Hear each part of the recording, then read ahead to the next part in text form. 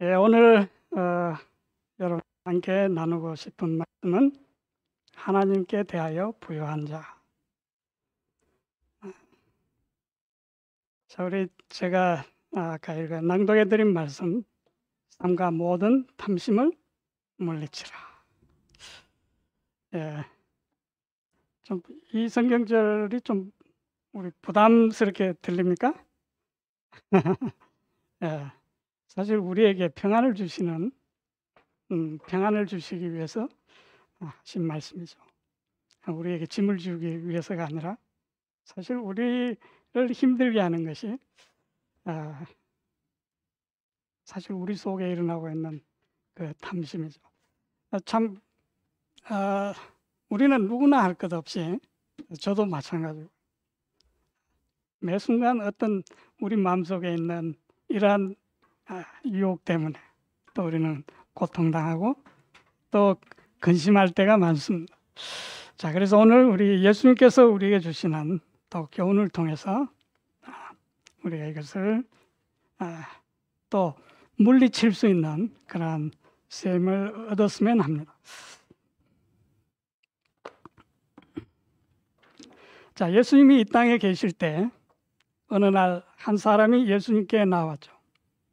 그리고 그분의 예수님께 이렇게 요청을 했습니다. 이르되 선생님, 내 형을 명하여 유업을 나와 나누게 하소서. 성경에는 그냥 이렇게 간략하게 어떤 설명이 없습니다. 그러나 우리가 이 말씀을 볼 때 이 사람의 아버지가 유산을 남기고 죽었죠. 그런데 아마도 그 형이 동생에게 돌아가야 할 어떤 몫을 주지 않고 있는 그런 것을 우리가 볼 수가 있습니다. 그래서 이 사람은 예수님이 바로 이 일의 재판관으로서 아니면 중재자로서 어떤 역할을 해달라고 지금 요청을 하고 있는 것이죠. 자, 우리도 이 세상에 살면서 이런 요청이나 이와 유사한 그런 또 일들을 당할 때가 있습니다. 그렇죠? 자, 이 세상에는 불공평하고 부당한 일들이 참으로 많습니다. 하나님이 참으로 공평하시다면 부당한 일을 당하는 자들 편에서 뭔가 적극적으로 좀 개입해 주시기를 또 많은 부당한 일을 당하는 사람들 편에는 그렇게 원할 것입니다. 자, 많은 사람들이 예수님이 이 사건을 어떻게 처리하실 것인지 관심을 가지고 지켜보고 있었죠. 자, 그런데 예수님이 어떻게 대답하셨을까요? 좀 예수님의 대답은 실망적이었습니다. 그러시되 이 사람아, 누가 나를 너희의 재판장이나 물건 나누는 자로 세웠느냐? 자, 예수님은 이 세상에 어떤 정치나 사회 제도에 개입하시기 위해 오신 것이 아니었습니다. 자, 빌라도가 예수님께 네가 유대인의 왕이냐고 물었을 때 예수님은 그렇다고 선언하셨어요.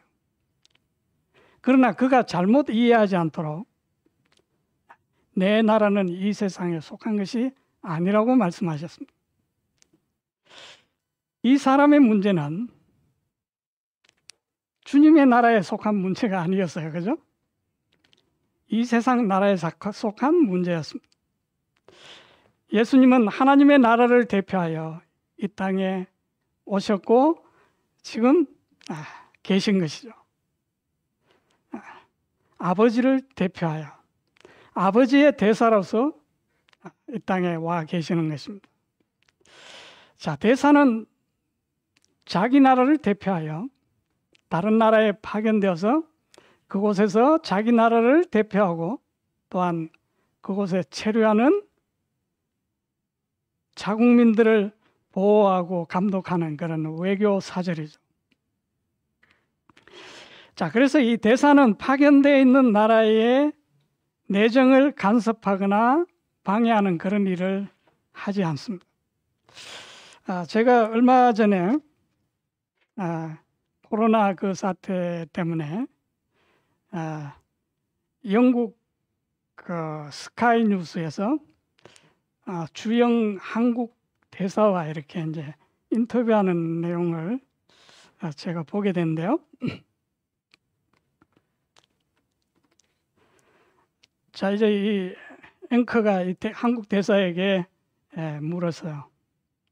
자, 이제 여러 가지 이제 코로나 사태와 관련된 그런데 참 기자들이나 이 사람들은 질문을 항상 이렇게 좀 뭔가 대답하기 곤란한 그런 질문들을 잘하잖아요.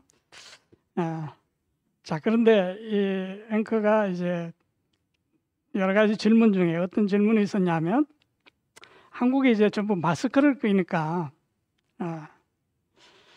자, 지금 대사님이 볼 때 영국도 마스크를 착용하는 것을 권장해야 된다고 생각하시느냐고 이렇게 질문을 했어요. 영국도 정부에서 마스크를 끼도록 권장해야 된다고 그렇게 생각하느냐.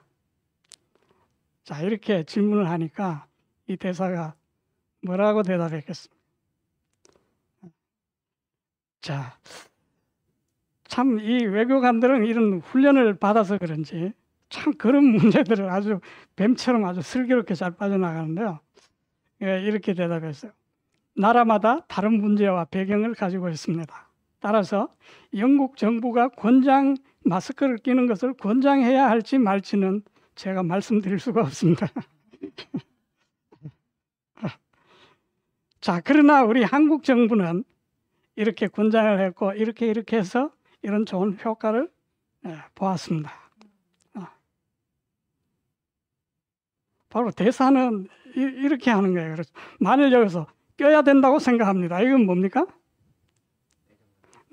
영국 그 정부에 대한 내정 간섭이죠. 그러니까 이 대사들은 그런 질문들을, 근데 기자들은 꼭 뭔가 그런 질문 대답이 나오도록 유도를 하지만 이 대사들은 보면 그렇게 이렇게 현명하게 대답을 하더라고요. 자, 예수님은 이 땅에 계셨지만은 하나님 아버지의 나라를 대표해서 이 땅에 와 계셨고 그 나라에 속한 분이었죠. 그래서 이 세상 나라에 대한, 자, 이 사람의 지금 사건은 이 세상에 속한 사건이었어요. 자, 그분의 나라에는 이런 사건이 없어요. 이런 법도 없어요. 이 세상에는 이런 상속법, 심지어 모세의 법에도 보면 상속법들이 다 나와 있어요. 그러나 예수님은 그걸 가지고 말씀하지 않으셨어요.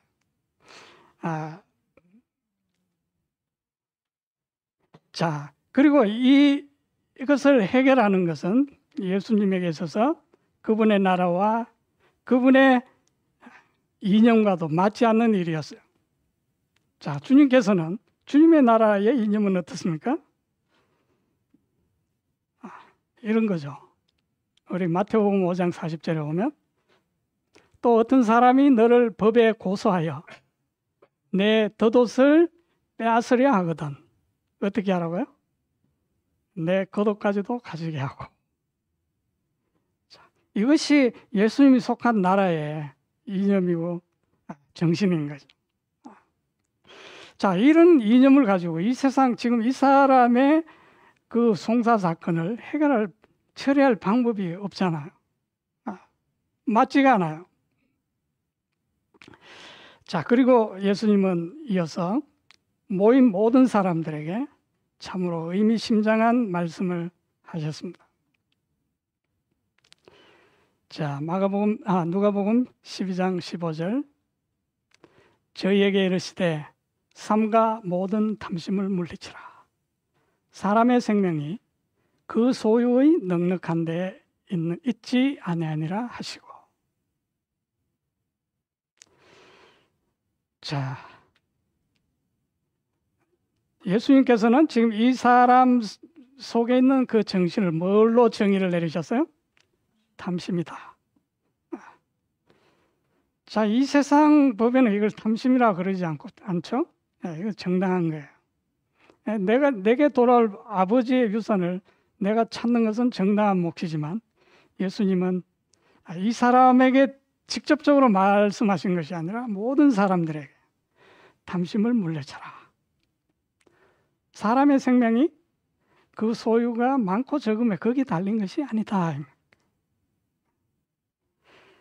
자, 여기 탐심이란 말은 여기 이제 우리 이 신약 성경이 헬라어로 기록되는데 헬라어에는 플레오넥시아, 이게 이제 두 단어의 합성인데요. 플레온 하면 더 많이, 그 다음에 허시아 하면 가지다, 소유하다 이런 뜻이에요. 그러니까 탐심은 자신의 몫보다 더 많은 것을 소유하거나 요구하는 것을 의미하는 것이죠. 자, 그러면 우리 자신의 몫이 무엇입니까? 자, 하나님의 나라에서 하나님께서 우리에 정해주신 몫이 무엇입니까? 자, 그것은 오늘 우리 일용할 것입니다. 일용할 것. 오늘 우리에게 필요한 것. 자, 오늘을 위한 것. 그것이 우리의 몫이라는 거죠. 그 이상은 우리의 몫이 아닌 거예요. 자, 예수님은 우리에게 무엇을 위하여 기도하라고 말씀하셨어요? 우리 예수님 가르쳐 주신 기도에 보면 우리에게 일용할 양식을 주옵시고. 자, 이 말씀은 예수님의 어떤 기도의 한 형식을 정의하신 것이 아니고 실제로 우리가 이렇게 기도하라는 것입니다.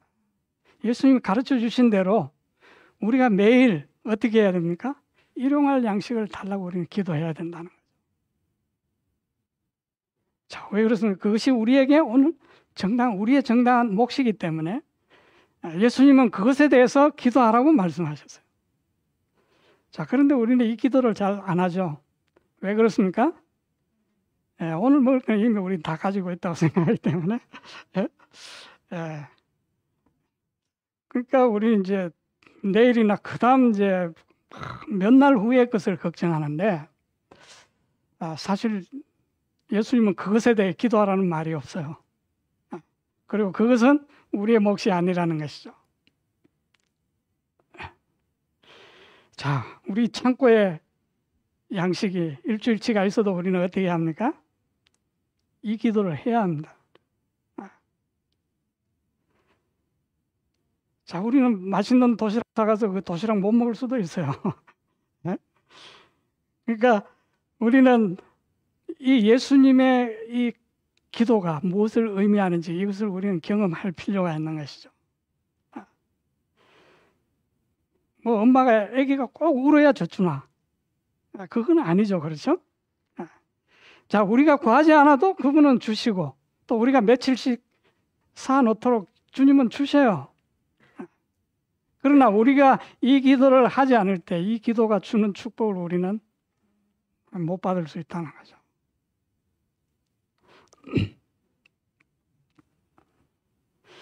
자, 주님께서 이렇게 기도하라고 하신 것은 매일 하지 말고 그냥 일주일씩 달라고 해가지고 일주일에 한 번만 기도하면 얼마나 좋을까요? 그죠? 그러나 주님은 우리에게 일용할 양식을 달라고 매일 구하라는 것이죠. 자, 그것은 하나님은 우리가 구하지 않아도 주시지만은 구하라고 하신 것은 나를 바라보라는 것이죠. 생명의 근원 대신 나를 바라보라. 자, 그리고 나에게 모든 것을 맡기고 나를 의지하라는 것이죠. 자, 그런데 우리는 이런 것을 잘 못하죠. 그렇죠? 그런데 우리는 뭘 믿어요? 영생은 주신다는 것을 믿어요. 하루도 못 맡기면서 영생을 믿는다는 이거 엄청난 믿음이죠, 사실은. 하루도 내가 하나님 앞에 온전히 못 맡기면서 영생을 주실 것이라고 우리 믿는 것은 진짜 대단한 믿음입니다. 근데 그 믿음이 진짜인지는 우리는 좀 검토를 해봐야 되는 문제이기도 해요. 사실 내가 오늘 하루를 못 맡긴다면 우리 영생을 또 안 믿는 거예요. 불가능한 거죠. 하루도 못 믿는데 어떻게 영원히 사는 걸 주실 거라고, 하루 주실 것도 못 믿으면서 어떻게 영원히 생명을 주실 걸 믿냐 이거죠.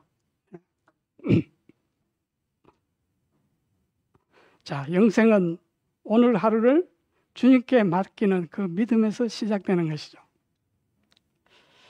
자, 그리고 이 기도는 바로 우리 영혼의 호흡이죠. 자, 많은 사람들이 먹을 것이 없어서 죽는 것이 아니라 결국 호흡이 끊어져서 죽는 것입니다. 그렇죠? 자, 예수님께서 이제 이어서 무리들에게 한 비유를 들어 말씀하셨는데요.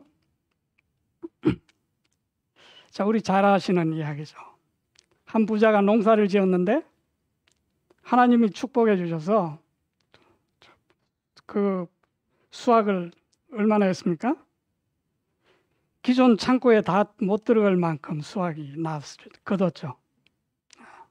뭐 그는 그 수확을 도둑질해서 얻은 것도 아니고 부정하게 얻은 것도 아니었어요. 정당한 수익이었어요. 자, 그런데 그는 이제 그 많은 축복 때문에 고민하게 됐죠. 고민의 내용이 무엇입니까? 야, 이거 어디 다 사놓을 데가 없다는 거죠. 그래서 내린 결론이 뭡니까? 기존에 있는 곳간을 헐고 더 크게 짓고 내 모든 곡식과 물건들을 거기 쌓아두리라. 그리고 그가 자기 영혼에게 뭐라고 말합니까? 예, 내 영혼. 자, 영혼아.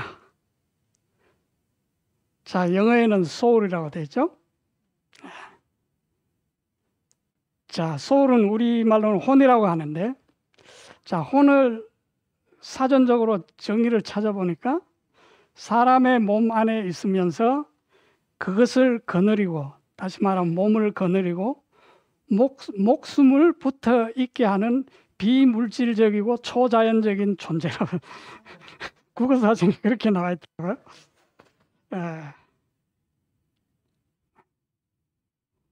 자, 그 몸을 거느리고 목숨을 붙어 있게 하는 비물질적이고 초자연적인 존재. 살아있는 존재의 실체 또는 본질이라고도 볼 수 있죠. 자, 그래서 이 신약 성경이 쓰여진 헬라어는 푸스케라고 되어 있는데 그것도 역시 목숨, 생명이라는 의미를 가지고 있습니다. 자, 이것이 이 헬라 푸스케라고 번역할 때 그 구약 성경의 히브리어는 네페시라는 단어예요. 자, 그거는 이제 그것도 뜻은 다 비슷해요. 숨 쉬는 존재, 생명. 자, 그래서 태초로 거슬러 올라가 보면, 자, 하나님께서 땅에 티끌을 모아다가 사람을 만드셨죠? 자, 이 사람을 만드셨는데 그 사람은 무엇에 불과해요? 아직? 흙덩어리에 불과해요. 흙이에요. 자, 사람이 뭐냐? 흙이에요. 하나님께서 그냥 티끌을 이렇게 모아다가 뭘 만들고 이렇게 포밍 해놓은 거죠. 그 상태에 있는 거예요. 자, 그런데 거기에 하나님께서 어떻게 하십니까? 그 콧구멍에 생명의 숨을 불어넣으시니 그 사람 이제 이 사람이 뭐가 됐다고요? living soul가 됐다는 거죠. 생명이 살아있는 존재가 되었다는 것입니다. 자, 그래서 바로 이 생명의 숨, 이건 누구의 것입니까? 하나님의 것이죠. 하나님이 그 흙덩어리 속에 이것을 불어넣으시니까 혼이 되었다는 거죠. 우리가 말하는 영혼, 혼. 자, 그런데 지금 이 부자가 뭐라고 말합니까? 자기 그 소울에게 뭐라고 말해요? 다시 말하면 자기 생명이죠. 그 생명에게 말하기를, 자, 영혼을 생명으로 한번 바꿔서 한번 보죠. 내가 내 생명에게 이르되, 생명아, 열에 쓸 물건을 많이 사 두었으니 평안히 쉬고 먹고 마시고 즐거워하자 하리라 하되.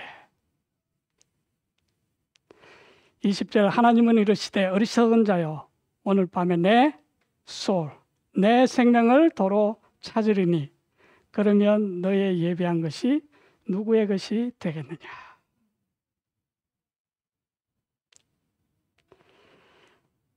자, 우리 사람들은 우리가 이 세상을 살아가면서 우리는 계속 착각을 일으키죠.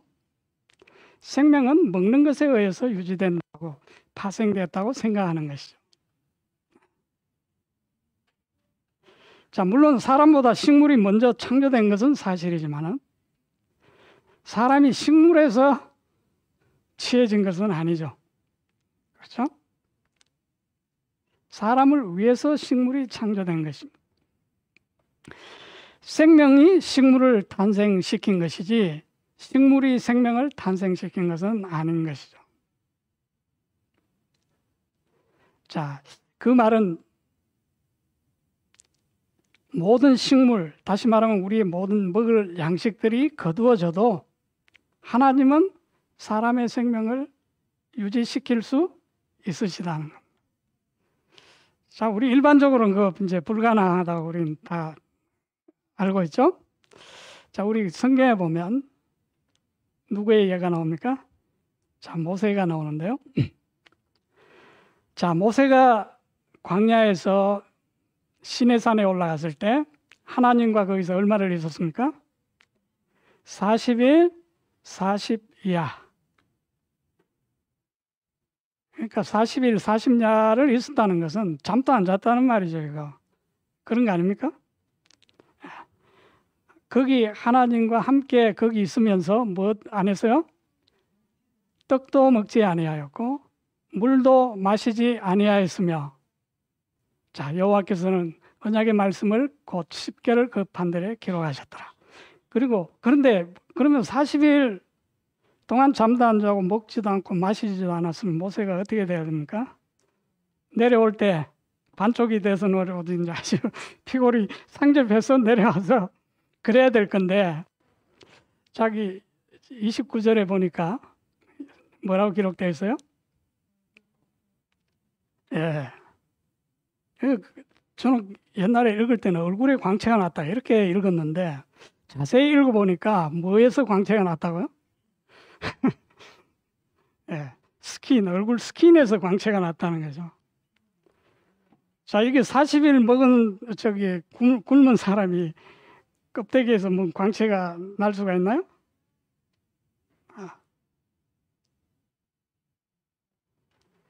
자, 하나님은 먹고 마시지 않아도 모세의 생명을 유지시킬 수가 있으셨어요. 광채가 날 정도로. 자, 오늘날 광채가 날려면 뭐 좀 발라야 되잖아요. 그렇죠?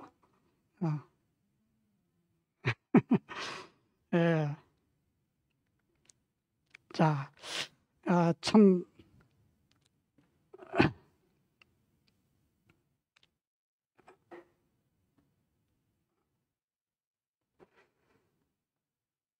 자, 하나님의 생명이 참 물론 식물에 있고 그 식물은 우리에게 생명을 전달해 주는 수단이 것은 맞아요. 그러나 그 생명이 그 식물로부터 파생된 것은 아니라는 것이죠. 자, 생명이 먼저였고 그다음 그리고 그 생명이 식물에 의존된 것이 아니라는 것입니다. 만일 생명이 음식에 전적으로 의존되었다면 이 부자의 생각이 옳은 거죠.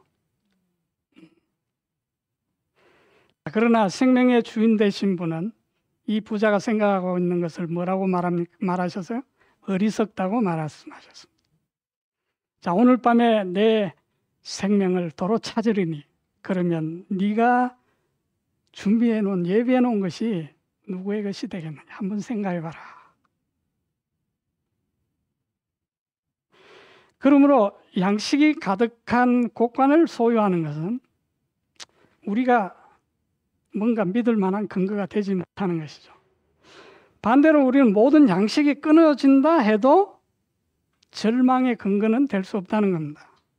우리 하나님의 생명의 그 관점에서 보면 우리가 염려하는 것들, 그죠? 또 우리가 추구하는 것, 그것이 절대적인 것이 아니라는 것이죠. 자, 그러면 정당한 많은 수입이 죄입니까? 아니죠. 자, 우리는 우리의 목 외에는 하나님의 은혜의 좋은 청지기로서 우리가 그것을 소유하고 있는 것입니다. 자, 그래서 그 중에서 우리의 몫은 오늘 우리의 일용할 양식뿐이라는 것이죠. 자, 이런 청지기는 매일 아침 어떻게 기도할 겁니까? 그의 창고를 들여다보고 들어보지 않을 것이고 뭘 하나님께 기도할 것입니다. 우리에게 일용할 양식을 달라고 기도하겠죠.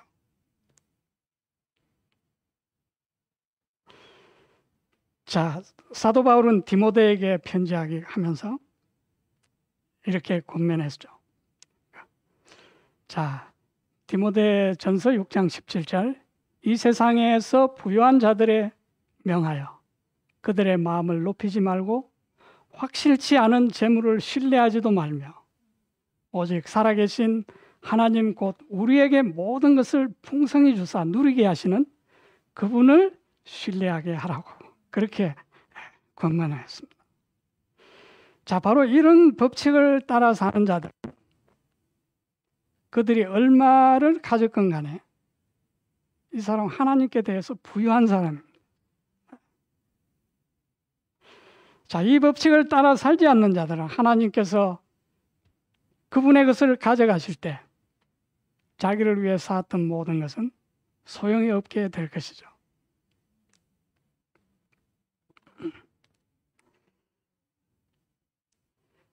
자, 하나님은 어리석은 자여 오늘 밤에 내 영혼을 도로 찾으리니 그러면 너 예비한 것이 네 것이 되겠느냐. 자기를 위하여 재물을 쌓아도 하나님께 대하여 부요치 못한 자가 이와 같으니라. 여기 뭐 하나님께 부요치 못하다, 하나님께 뭐 갖다 바쳐라, 이거 달라, 하나님 그 말씀이 아니죠. 예, 하나님 필요한 거 아무것도 없어요. 예. 왜? 그분께로 모든 것이 나왔는데 그분이 뭐가 더 필요하시겠어요? 자, 우리가 하나님께 대해 부여진다는 것은 우리가 그분을 소유하는 것이죠.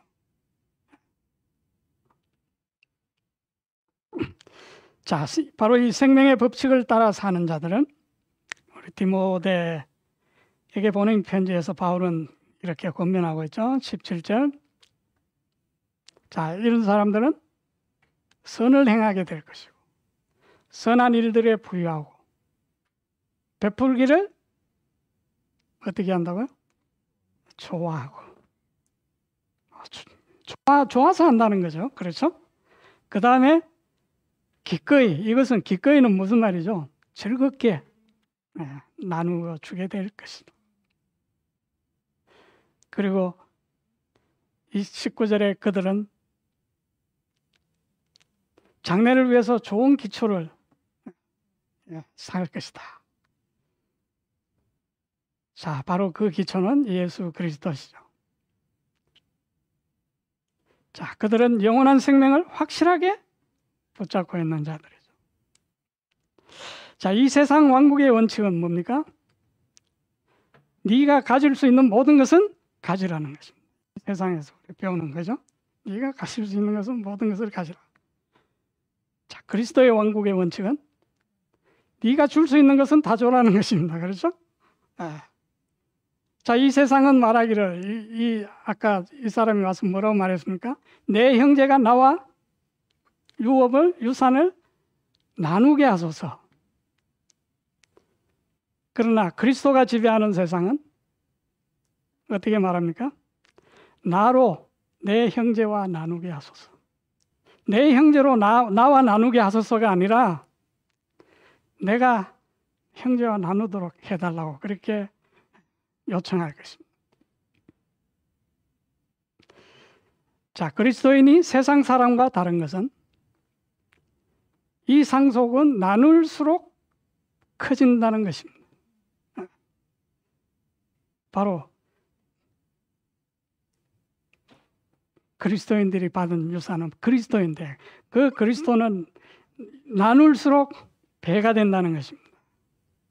자, 그분은 바로 그분을 생명으로 모시는 자들의 바로 주인이시고 생명 그 자체이시죠. 자, 광야에서 이스라엘 자손들은 하늘에서 내려온 신령한 양식을 먹었다고 고린도 전서에서 말하고 있죠. 자, 그들이 먹었던 것은 주님의 생명 자체였어요. 그리고 그것은 아침마다 어떻게 했어요? 식은 밥 먹은 것이 아니고 그들은 어떤 밥 먹었어요? 아침마다 새 것을 먹었어요. 저는 어떤 분은 밥을 일주일치 해갖고 밥통에 넣어놓고 먹는다고 하는데 그분이 과연 밥맛을 알고 먹는지 좀 밥맛을 아는 사람은 일주일치 밥 해놓고 밥솥에 넣어놓고 먹지 않죠. 자, 우리 그 옛날 그 악기발입니까? 그 금방 밥 해갖고 그 떠서 먹는 거다. 그 맛을 아십니까? 저는 그거 먹을 때는 아무 반찬을 안 먹었어요. 그것만 해도 너무 맛있어요. 다른 반찬을 먹으면 그 맛이 상쇄되기 때문에 그 반찬을 안 먹었어요. 자, 이스라엘 백성들이 아침마다 뭘 먹었어요? 새밥을 먹었어요. 금방 하나님께서 내려주시는 하늘에서 내려온 따끈따끈한지 그건 모르겠지만 우리 표현을 하자면 그것을 먹었죠.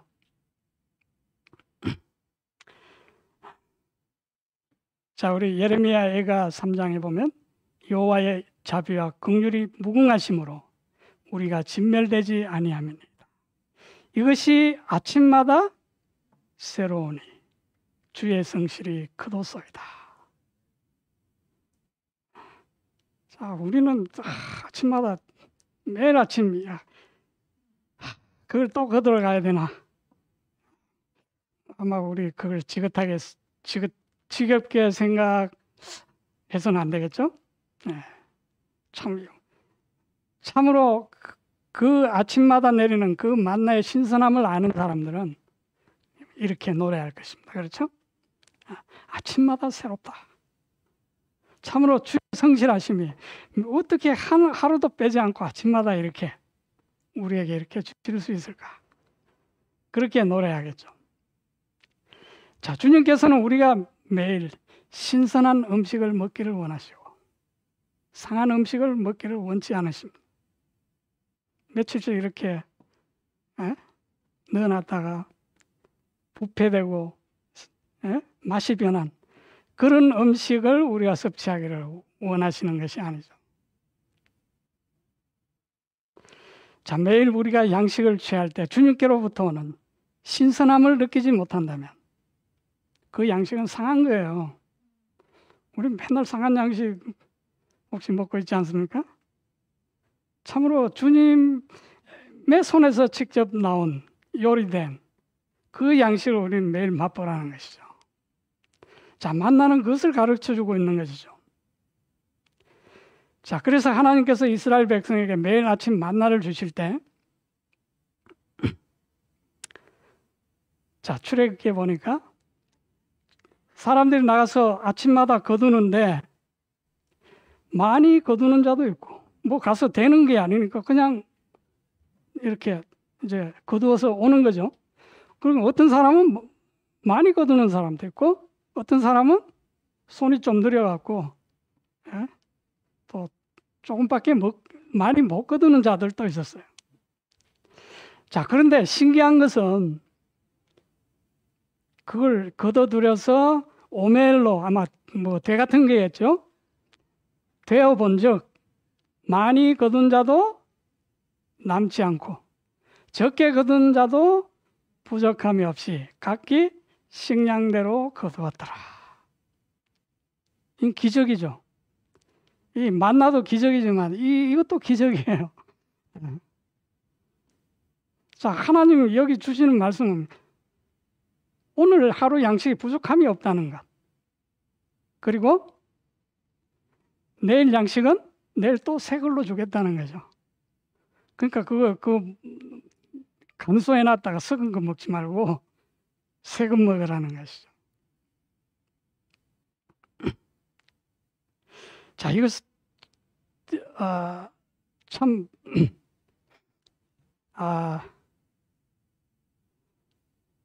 이 기적은 이 사회주의자나 공산주의자들이 참 많이 이렇게 언급하는 말인데, 근데 이 세상에서 이 이상이 결코 실현된 적이 없었죠. 이것이야말로 참된 평등입니다. 그렇죠? 참된, 많이 거둔 자도 남지 않고 적게 거둔 자도 부족함. 이게 평등 아닙니까? 참된 공산주의자들이 추구하는 거 아닙니까? 그러나 이 세상에서는 이상이었지 한 번도 실현해 보지 못했습니다. 오직 그리스도를 따를 때 찾을 수 있는, 주님 안에서 찾을 수 있는 평등이죠. 자, 이것은 기적이었습니다. 자, 주님은 오늘날도 바로 이 기적을 행하기를 원하십니다.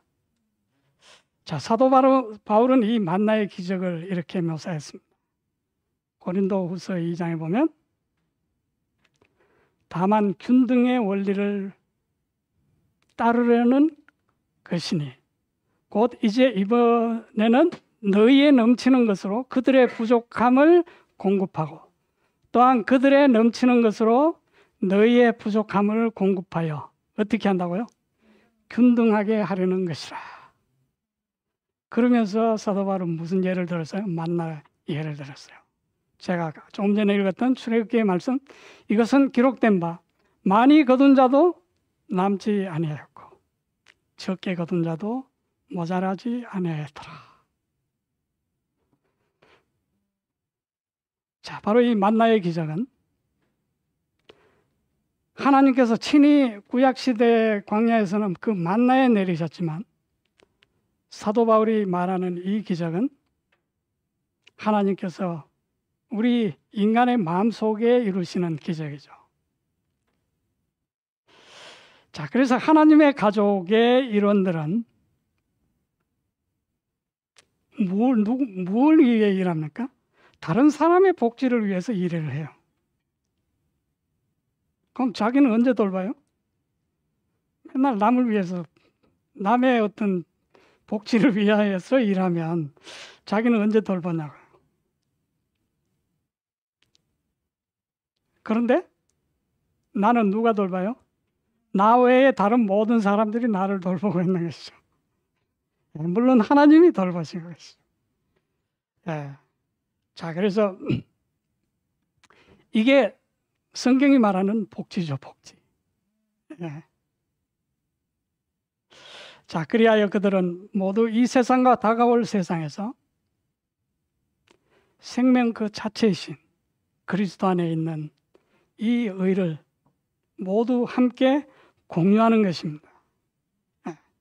이것은 서로 나누고 공유할 때 이 유산은 커진다는 것이죠. 자, 그래서 이 세상의 모든 법칙은 엔트로피라 법칙이라는 그 법칙이 작용하고 있죠. 그 엔트로피의 법칙 여러분 아시죠? 예를 들어서 높은 곳에 있는 물은 에너지를 가지고 있지만 낮은 곳으로 떨어지면 그 에너지를 잃어버리죠. 그러니까 똑같은 건데 자꾸 뭔가 가치가 떨어지는 걸 말하죠. 또 예를 들면 우리가 청소를 깨끗하게 해놓으면 하루 지나면 더 깨끗해지는 게 아니라 또 다시 어떻게 됩니까? 지저분해지죠. 그래서 이 세상은 쉼이 없는 것이죠. 아무리 우리가 수고해도 다시 도루묵이 되어버리는 것이 이 세상입니다. 자, 그러나 우리 하나님이 주시는 하나님의 나라는 어떻습니까? 이게 반대로 가는 거죠. 점점 배가 되어서.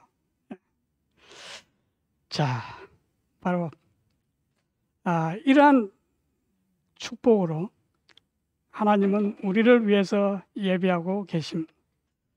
자, 우리는 이 축복을 통해서 우리에게 일어나는 우리의 삶을 피곤하고 힘들게 하는 그러한 세상에 대한 사랑, 탐욕적인 그런 모든 생각들을 우리가 이기고 물리칠 수 있는 우리 모두가 되시기를 간절히 바라겠습니다.